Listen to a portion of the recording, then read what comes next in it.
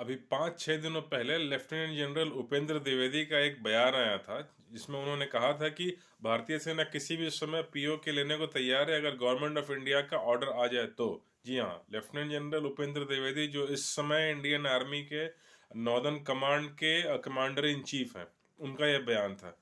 और ये बयान इसलिए भी थोड़ा सा लोगों में अभी उत्सुकता जगा रहा है और पाकिस्तान में हलचल भी पैदा कर रहा है, क्योंकि लगभग 2 नवंबर के दिन, यानी आज से 25 दिन पहले इंडिया के होम मिनिस्टर राजनाथ सिंह ने भी एक ऐसा ही बयान दिया था, जिसमें उन्होंने कहा था कि हमारी उत्तर की तरफ की यात्रा शुरू हो चुकी है, जो नॉर्थवर्ड जर्नी है, और ये जाके रुकेगी गिलगिट बाल्टिस्तान में। और उसके 20 दिन के बाद लगभग ये लेफ्टिनेंट जनरल उपेंद्र द्विवेदी का बयान आया है, जो कि उन्होंने भी वही बात कही है। तो इन दोनों को जोड़ के कहीं लोग ये भी सोच रहे हैं कि ये क्या कोई संकेत तो नहीं दे रही है गवर्नमेंट आने वाले समय में कुछ ऐसा करने का इरादा हो, पीओ के लेने के बारे में सचमुच सीरियस हो और कोशिश करे इंडिया। लेकिन इसमें सोचने वाली बात यह है कि अब कुछ लोग ये कह रहे हैं कि ये एक पॉलिटिकल बयानबाजी है, जो कि बीजेपी, कई सारे इलेक्शन वगैरह चल रहे हैं, अब 2024 में भी इलेक्शन है, तो उस हिसाब से जो है कुछ माहौल को वैसा गर्म करने के लिए भी ये बयान दिए जा रहे हैं, सरकार की तरफ से दिलवाए जा रहे हैं। लेकिन दूसरी तरफ ये भी बात है कि बीजेपी के एजेंडे में साफ तौर पे है कि हमें पीओके को वापस लेना। बीजेपी क्या, ये भारत सरकार का एक रेजोल्यूशन है पार्लियामेंट में, जिसमें कि साफ साफ कहा गया है कि हम पीओके इंडिया का पार्ट है और हमें से वापस लेंगे। हो सकता है इसकी तैयारी भी चल रही हो कई लेवल पे। लेकिन अब प्रैक्टिकल अगर बात देखें तो क्या ऐसा लगता है कि ये प्रैक्टिकली पॉसिबल है? क्योंकि देखिए, पीओके जो इलाका है उससे नॉर्दर्न एरिया पीओके अगर जोड़ कर देखें, जिसमें गिलगिट बाल्टिस्तान भी आता है नॉर्दर्न एरिया में, और पीओके वो इलाका है जो कि बिल्कुल इंडिया के पश्चिमी बॉर्डर की तरफ है, जैसे मुजफ्फराबाद वगैरह, कोटली वगैरह आते हैं।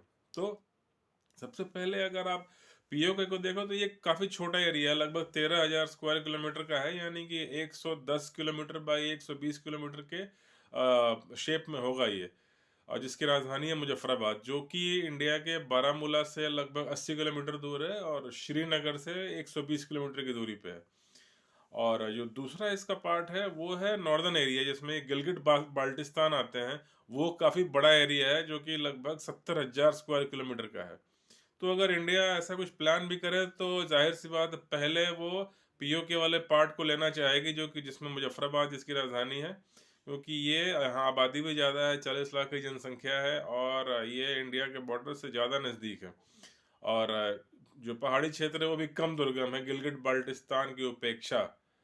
तो अगर इस इन बातों में थोड़ी सच्चाई है तो भी क्या प्रैक्टिकली ये इतना आसान होगा? क्योंकि देखिए, अब लोग कहते हैं कि पीओके के लोग मिलना चाहते हैं इंडिया के साथ, वो पाकिस्तान के खिलाफ बगावत कर रहे हैं। हो सकता है ये बात सही सही हो, लेकिन वहाँ के लोग मिलना चाहें तब भी पाकिस्तान की फ़ौज को लड़ाई में हराए बिना जो है सीधी तौर पे वो ज़मीन मिलेगी नहीं। ऐसा तो होगा नहीं कि पाकिस्तान की फ़ौज कहेगी ठीक है भाई, यहाँ के लोग हमारे साथ रहना नहीं चाहते तो हम इंडिया को ये ज़मीन दे देते हैं, सरेंडर करके पीछे हट जाते हैं, खाली कर देते हैं। ऐसा होने वाला नहीं है। 1971 में भी मुक्ति वाहिनी वाली जो लड़ाई हुई थी बांग्लादेश की, तो उसमें भी वहाँ के लोग पाकिस्तान के खिलाफ थे और वो इंडिया का सपोर्ट कर रहे थे, लेकिन लड़ाई तो फिर भी हुई, क्योंकि पाकिस्तान की फौज वहाँ पे थी। उसे वहाँ से हटाने के लिए उसे लड़ाई में हरा के सरेंडर कराना पड़ा था, तभी जाके बांग्लादेश की आज़ादी हुई थी। तो वही हाल कुछ पीओके का भी होगा, और हर हाल में यही लगता है, क्योंकि ऐसा नहीं संभव है कि पाकिस्तान की फौज अपने आप से छोड़ दे वो ज़मीन। तो एक बार तो टकराव होगा, वो मिलिट्री टकराव, जिसको सैनिक टकराव कहते हैं, वो होगा, लड़ाई कह सकते हैं इसे। तो अब जितने दिन चले जैसे हो, ये बात अलग है, पूरी कोशिश तो चाहेगी कि वो उस ज़मीन को बचाए रखे और उसे हरा के ही जीतना पड़ेगा।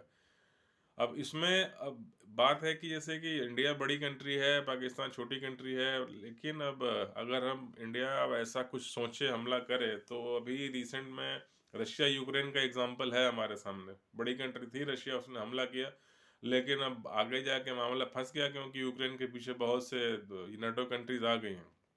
हालांकि अब इंडिया पाकिस्तान में ऐसा होगा कि नहीं, ये जरा कहना मुश्किल है। और इसमें रशिया की अपनी भी काफ़ी सारी कमजोरी थी, उनकी जो मिलिट्री टैक्टिक्स है और ट्रेनिंग वगैरह, अब जो बातें निकल के आ रही हैं उसमें काफ़ी कमियां हैं। इंडियन आर्मी तो लाख दर्जे अच्छी है, और अगर इंडियन आर्मी ऐसा कुछ सोचेगी तो ये तो संभव नहीं है कि हम हार जाएं या फंस जाए जाके। जीतेगी तो जरूर इंडिया है, लेकिन एक बात है कि कहीं लड़ाई थोड़ी लंबी ना खिंच जाए, क्योंकि लड़ाई के बारे में कोई जानता नहीं। शुरू आप कर दोगे, उसके बाद हो सकता है आपने सोचा हो कि हम 1 हफ्ते में जीत लें, हो सकता हो दुश्मन थोड़ा टिक जाए आपके सामने, 1 हफ्ते की जगह 10 दिन लग जाए, 15 दिन लग जाए, 20 दिन, 1 महीना भी खिंच जाए लड़ाई, जीतेगी तो इंडियन आर्मी ही हर हाल में, ये हमें पूरा भरोसा है। क्योंकि यहाँ जो मिलिट्री कमांडर, मिलिट्री प्लानर्स हैं, इनकी जो प्रोफेशनलिज्म है, जो ट्रेनिंग है, जो क्षमता है, इस पे कोई शक नहीं है। लेकिन अगर लड़ाई थोड़ी लंबी खिंच जाती है, मान के चलिए हम 1 हफ्ते का सोच के चलें और वो 2-3 हफ्ते लग जाए, महीना लग जाए, तो क्या उतने दिन तक भारत में कहीं अंदर पब्लिक में कोई प्रोटेस्ट ना शुरू हो जाए कि ये लड़ाई हम आपने 1 हफ्ते की बात कही थी कि 5 दिन में हम जीत लेंगे, 1 हफ्ते में जीत लेंगे, ये तो लंबा खिंचता जा रहा है, 10 दिन हो गए, 15 दिन हो गए, हर दिन जो है वहाँ लड़ाई चलती जा रही है, सैनिकों की क्षति भी हो रही है, और जब लड़ाई होगी तो हो सकता है एयरफोर्स वगैरह का भी यूज़ हो जाए, मिसाइलें भी चलें और शहरों पर भी बमबारी, कुछ भी हो सकता है, इमरजेंसी लग जाए। तो क्या वैसे सिचुएशन को इंडिया की पब्लिक बहुत दिनों तक क्या उसमें जीने की आदत है? हो सकता है कि जब लड़ाई लंबी चले, 20-25 दिन, 15 दिन से ऊपर जाए, तो अंदर ही प्रोटेस्ट शुरू हो जाए कि क्या सोच के जो है आपने कब्जा करने की कोशिश की थी, आप इसे बंद करो या जैसे भी है, और कितने दिन चलेगा, और कितने दिन, और कितने दिन, ये बात आ जाती है।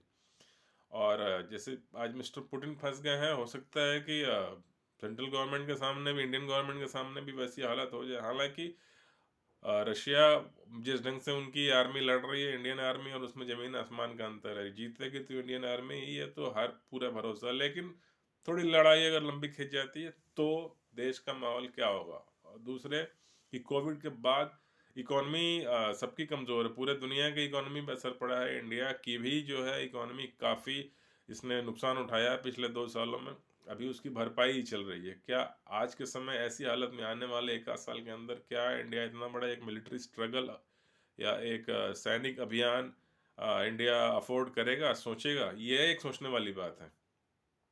तो क्योंकि देखिए इसमें लड़ाई है, हो सकता है थोड़ी लंबी चल जाए, क्योंकि आपको उस ज़मीन पे कब्जा करना है, और इंडिया हमला कर रहा होगा, पाकिस्तान डिफेंड कर रहा होगा, और पूरा जंगली पहाड़ी इलाका, मैदानी इलाका नहीं है कि आप सीधे दौड़ के घुस जाएंगे।